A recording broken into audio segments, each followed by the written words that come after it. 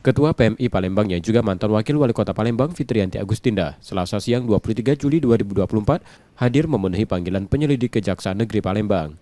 Fitriyanti Agustinda dimintai keterangannya terkait pengelolaan dana hibah yang diterima PMI Palembang tahun 2019-2023.